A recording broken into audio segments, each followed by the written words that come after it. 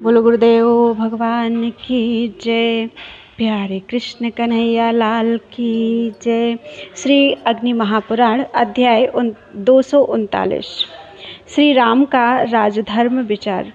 श्री राम ने कहा, हे लक्ष्मण, स्वामी अर्थात राजा, अमात्य अर्थात मंत्री, राष्ट्र अर्थात जनपद, दुर्ग अर्थात किला, कोश अर्थात खजाना, बल अर्थात सेना और सुहृत अर्थात मित्र आदि, ये राज्य के परस्पर उपकार करने वाले 7 अंग कहे गए हैं। राज्य के अंगों में राजा और मंत्री के बाद राष्ट्र प्रधान एवं अर्थ का साधन है, इसलिए उसका सदा पालन करना चाहिए। इन अंगों में पूर्व अंग पर की अपेक्षा श्रेष्ठ है। कुलीनता, सत्व, युवावस्था, शील, दाक्षिण्य अर्थात सबके अनुकूल रहना या उदारता, शीघ्रकारिता, अविसंवादिता, सत्य, वृद्ध सेवा अर्थात विद्या वृद्धों की सेवा में रहना और उनकी बातों को मानना, कृतज्ञता, किसी के उपकार को ना भुलाकर प्रत्युपकार के लिए उद्यत रहना, दैव संपन्नता अर्थात प्रबल पुरुषार्थ से दैव को भी अनुकूल बना लेना, बुद्धि अर्थात शुश्रूषा आदि 8 गुणों से युक्त प्रज्ञा, अक्षुद्र परिवारता अर्थात दुष्ट परिजनों से युक्त ना होना, शक्य सामंतता अर्थात आसपास के मांडलिक राजाओं को वश में किए रहना, दृढ़ भक्तिता अर्थात सुदृढ़ अनुराग, दीर्घदर्शिता अर्थात दीर्घ काल में घटित होने वाली बातों का अनुमान कर लेना, उत्साह, शुद्धचित्तता, स्थूल लक्ष्यता, विनीतता और धार्मिकता, ये अच्छे अभिगामिक गुण हैं जो सुप्रसिद्ध वंश में उत्पन्न क्रूरताहीन गुणवान पुरुषों का संग्रह करने वाले तथा पवित्र हों। ऐसे लोगों को आत्मकल्याण की इच्छा रखने वाला राजा अपना परिवार बनाए। वाग्मी, प्रगल्भ, स्मृतिमान, बलवान, उदग्र, वशी, दंडनेता, निपुण, कृतविद्य, स्वग्रह अर्थात प्रमाद से अनुचित कर्म में प्रवृत्त होने पर वहाँ से सुखपूर्वक निवृत्त किए जाने योग्य, पराभियोग प्रवाह अर्थात शत्रुओं द्वारा छेड़े गए युद्ध आदि के कष्ट को दृढ़तापूर्वक सहन करने में सक्षम, सहसा आत्मसमर्पण न करने वाला, सर्वदृष्ट प्रतिक्रिय, परिच्छिद्रान्वेक्षी, संधि विग्रह तत्वविद अर्थात अपनी तथा शत्रु की अवस्था के बलाबल भेद को जानकर संधि विग्रह आदि 6 गुणों के प्रयोग के ढंग और अवसर को ठीक ठीक जानने वाला, गूढ़ मंत्र प्रचार अर्थात मंत्रणा और उसके प्रयोग को सर्वथा गुप्त रखने वाला, देश काल विभागविद अर्थात किस तरह की सेना किस देश और किस काल में विजयनी होगी इत्यादि बातों को विभाग पूर्वक जानने वाला, आदाता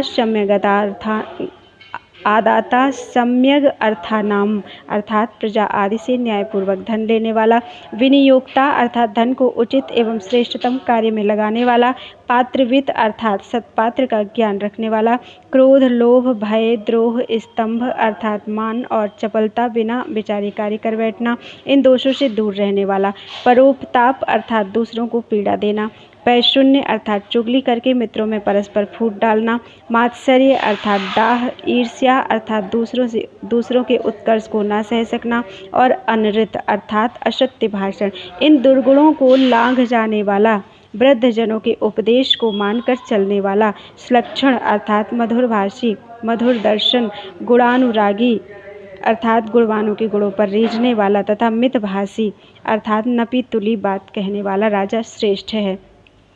इस तरह यहाँ राजा के आत्म संपत्ति संबंधी गुण अर्थात उसके स्वरूप के उपादक बताए गए हैं। श्रेष्ठतम वंश में उत्पन्न, बाहर अंदर से शुद्ध, शौर्य संपन्न, आन्वीक्षिकी आदि विद्याओं को जानने वाला, स्वामी भक्त तथा दंड नीति का समुचित प्रयोग जानने वाले लोग राजा के सचिव अर्थात अमात्य होने चाहिए, जिसे अन्याय से हटाना कठिन ना हो, जिसका जन्म उसी जनपद में हुआ हो, जो कुलीन, सुशील, शारीरिक बल से संपन्न, श्रेष्ठतम वक्ता, सभा में निर्भीक होकर बोलने वाला, शास्त्र रूपी नेत्र से युक्त, उत्साहवान, प्रतिपत्तिमान, स्तब्धता और चपलता से हीन, मैत्र अर्थात मित्रों के अर्जन एवं संग्रह में कुशल, शीत उष्ण आदि क्लेशों को सहन करने में सक्षम, शुचि, सत्य, धैर्य, स्थिरता, प्रभाव तथा आरोग्य आदि गुणों से संपन्न, कृत शिल्प, दक्ष, धारणान्वित, प्रज्ञावान, सुदृढ़ भक्ति और किसी से बैर न रखने वाला और दूसरों के द्वारा किए गए विरोध को शांत कर देने वाले पुरुष को राजा का बुद्धि सचिव एवं कर्म सचिव होना चाहिए। स्मृति अर्थात अनेक वर्षों की बीती बातों को भी ना भूलना। अर्थ तत्परता अर्थात दुर्गादि की रक्षा एवं संधि आदि में सदैव तत्पर रहना। वितर्क ज्ञान निश्चय यह ऐसा ही है अन्यथा नहीं है, इस तरह का निश्चय। दृढ़ता तथा मंत्र गुप्ति ये मंत्री संपत्ति के गुण कहे गए हैं। पुरोहित को तीनों वेदों अर्थात ऋग्वेद यजुर्वेद सामवेद और दंड नीति के ज्ञान में भी कुशल होना चाहिए। वह सदा अथर्व वेदोक्त विधि से राजा के लिए शांति कर्म एवं पुष्टि कर्म का निष्पादन करता रहे।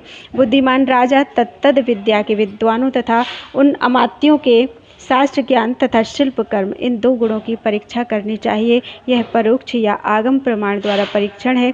कुलीनता जन्म स्थान तथा अवग्रह उसको नियंत्रित रखने वाले बंधुजन इन तीनों बातों की जानकारी उसके आत्मीय जनों के द्वारा प्राप्त करना चाहिए। यहाँ भी आगम या परोक्ष प्रमाण का ही आश्रय लिया गया है।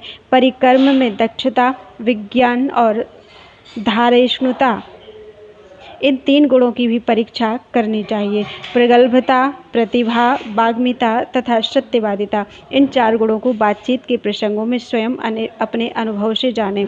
उत्साह प्रभाव क्लेश सहन करने की क्षमता धैर्य स्वामी विषयक अनुराग और स्थिरता इन गुणों की परीक्षा आपत्ति काल में करना चाहिए। राजा के प्रति दृढ़ भक्ति मैत्री तथा आचार विचार की शुद्धि इन गुणों को व्यवहार से जाने।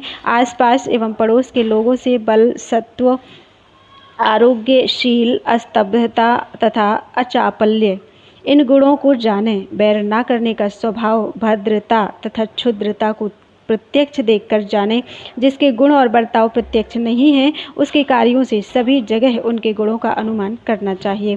जहाँ खेती की उपज अधिक हो विभिन्न वस्तुओं की खाने हों, जहाँ बिक्री के योग्य तथा खनिज पदार्थ प्रचुर मात्रा में उपलब्ध होते हों, जो गौओं के लिए हितकारिणी हो, जहाँ पानी की बहुतायत हो, पवित्र जनपदों से घिरी हुई हो, जो सुरम्य हो, जहाँ के जंगलों में हाथी रहते हों, जहाँ जलमार्ग तथा स्थल मार्ग हों, जहाँ की सिंचाई वर्षा पर निर्भर ना हो अर्थात जहाँ सिंचाई के लिए प्रचुर मात्रा में जल उपलब्ध हो। ऐसी भूमि ऐश्वर्य वृद्धि के लिए उपलब्ध हो।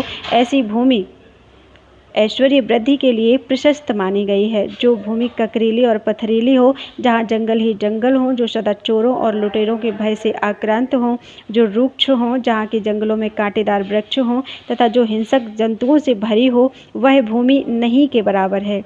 जहाँ सुखपूर्वक आजीविका चल सके, जो उपरोक्त श्रेष्ठतम भूमि के गुणों से संपन्न हो, जहाँ जल की अधिकता हो, जिसे किसी पर्वत का सहारा प्राप्त हो, जहाँ शूद्रों कारीगरों और वैश्यों की बस्ती अधिक हो, जहाँ के किसान विशेष उद्योगशील एवं बड़े बड़े कार्यों का आयोजन करने वाले हों, जो राजा के प्रति अनुरक्त उनके शत्रुओं से द्वेष रखने वाला हो और पीड़ा तथा कर का भार सहन करने में सक्षम हो, हृष्ट पुष्ट एवं सुविस्तृत हो, जहाँ अनेक देश के लोग आकर रहते हों, जो धार्मिक पशु संपत्ति से भरा पूरा तथा धनी हो और जहाँ के नायक मूर्ख और व्यसनग्रस्त हों।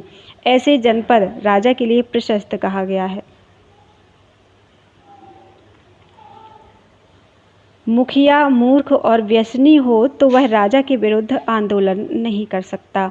जिसकी सीमा बहुत बड़ी एवं विस्तृत हो, जिसके चारों तरफ विशाल खाइयाँ बनी हों, जिसके तरह अर्थात परकोटे और गोपुर बहुत ऊंचे हों, जो पर्वत नदी मरुभूमि अथवा जंगल का आश्रय लेकर बना हो, ऐसे पुर में राजा को निवास करना चाहिए। जहाँ जल धान्य और धन प्रचुर मात्रा में विद्यमान हो, वह दुर्ग दीर्घ काल तक शत्रु के आक्रमण का सामना करने में सक्षम होता है। जलमय पर्वतमय वृक्षमय एऋण अर्थात उजाड़ या वीरान स्थान पर बना हुआ तथा धानबन अर्थात मरुभूमि या बालुकामय प्रदेश में स्थित ये 5 तरह के दुर्ग हैं। दुर्ग का विचार करने वाले श्रेष्ठतम बुद्धिमान पुरुषों ने इन सभी दुर्गों को प्रशस्त बतलाया है। जिसमें आय अधिक हो और खर्च कम अर्थात जिसमें जमा अधिक होता हो और जिसमें से धन को कम निकाला जाता हो, जिसकी ख्याति खूब हो तथा जिसमें धन संबंधी देवता अर्थात लक्ष्मी कुबेर आदि का सदा पूजन किया जाता हो, जो मनोवांछित द्रव्यों से भरा पूरा हो, मनोरम हो और विश्वस्त जनों की देखरेख में हो, जिसका अर्जन धर्म एवं न्यायपूर्वक किया गया हो तथा जो महान व्यय को भी सह लेने में सक्षम हो, ऐसा कोष श्रेष्ठ माना गया है। कोष का उपयोग धर्मादि की वृद्धि तथा मूल्यों के भरण पोषण आदि के लिए होना चाहिए। जो बाप दादों के समय से ही सैनिक सेवा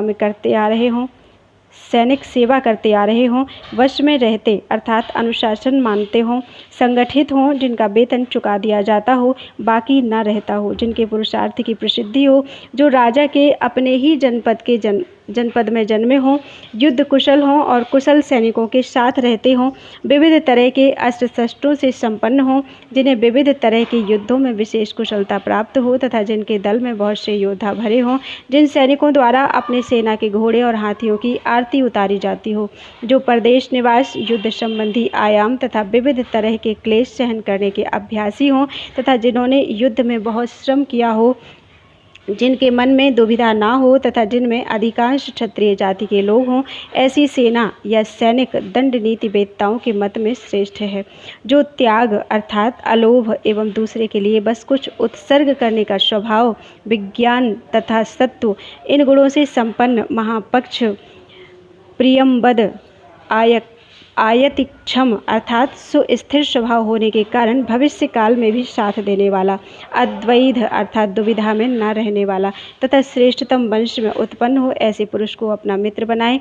मित्र के आने पर दूर से ही अगवानी में जाना, स्पष्ट एवं प्रिय वचन बोलना तथा सत्कार पूर्वक मनोवांछित वस्तु देना, ये मित्र संग्रह के 3 तरह हैं। धर्म, काम और अर्थ की प्राप्ति, ये मित्र से मिलने वाले 3 तरह के फल हैं। 4 तरह के मित्र जानने चाहिए। औरस अर्थात माता पिता के संबंध से युक्त, मित्रता के संबंध से बंधा हुआ, वंश क्रमागत तथा संकट से बचाया हुआ, सत्यता अर्थात झूठ ना बोलना, अनुराग और दुख सुख में समान रूप से भाग लेना, ये मित्र के गुण हैं।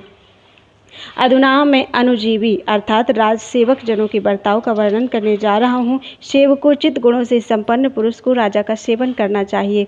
दक्षता अर्थात कौशल तथा शीघ्रकारिता, भद्रता अर्थात भलमनसाहत या लोकप्रियता, दृढ़ता अर्थात सुस्थिर स्नेह एवं कर्मों में दृढ़ता पूर्वक लगे रहना, क्षमा अर्थात निंदा आदि को सहन करना, क्लेश सहिष्णुता अर्थात भूख प्यास आदि के क्लेश को सहन करने की क्षमता, संतोषशील उत्साह, ये गुण अनुजीवी को अलंकृत करते हैं।